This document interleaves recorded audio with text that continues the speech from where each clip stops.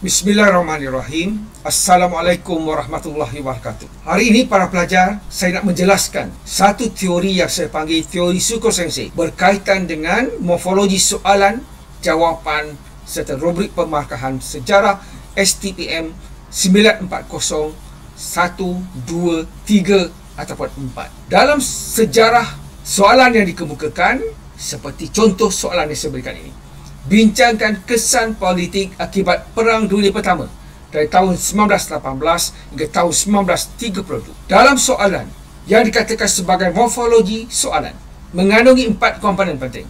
Pertama, tugasan, iaitu bincangkan, itu adalah tugasan.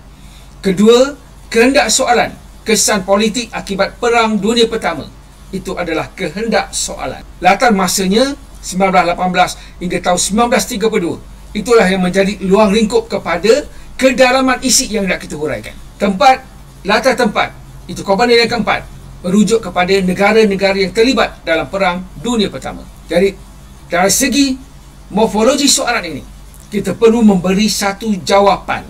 Apa yang dikatakan sebagai morfologi jawapan, iaitu pengenalan, isi dan penutup, yang dikatakan sebagai format isi. Jadi, dalam setiap jawapan yang kita berikan, dalam masa 30 minit, kita mesti menghuraikan pengenalan, isi dan penutup yang saya katakan tadi sebagai format esei.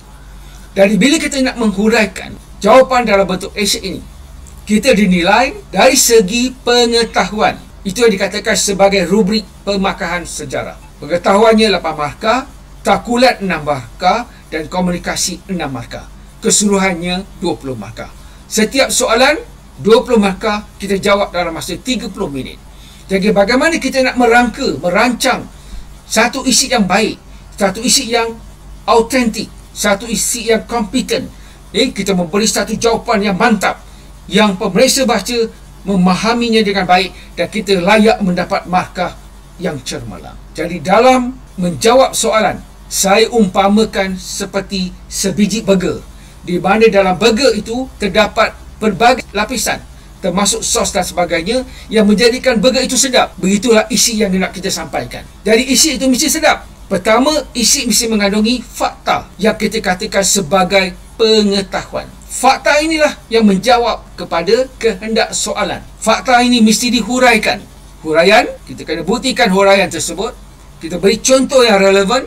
Kita huraikan lebih lanjut lagi berkaitan fakta yang kita kaitkan dengan kehendak soalan tadi, dan akhirnya kita menyimpulkan fakta kita ke arah kehendak soalan. Ini akan memberi satu jawapan yang autentik, seperti sedapnya sebiji burger. Ini dia mengandungi pelbagai lapisan. Begitulah jawapan.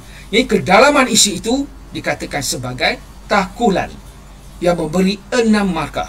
Dan kita gabungkan pengetahuan, takulan dan juga komunikasi yang menghubungkan pengenalan, isi dan juga penutup sesuatu esei itu sebagai satu jawapan yang autentik. Teruskan bersama saya dalam teori Suko Sensei.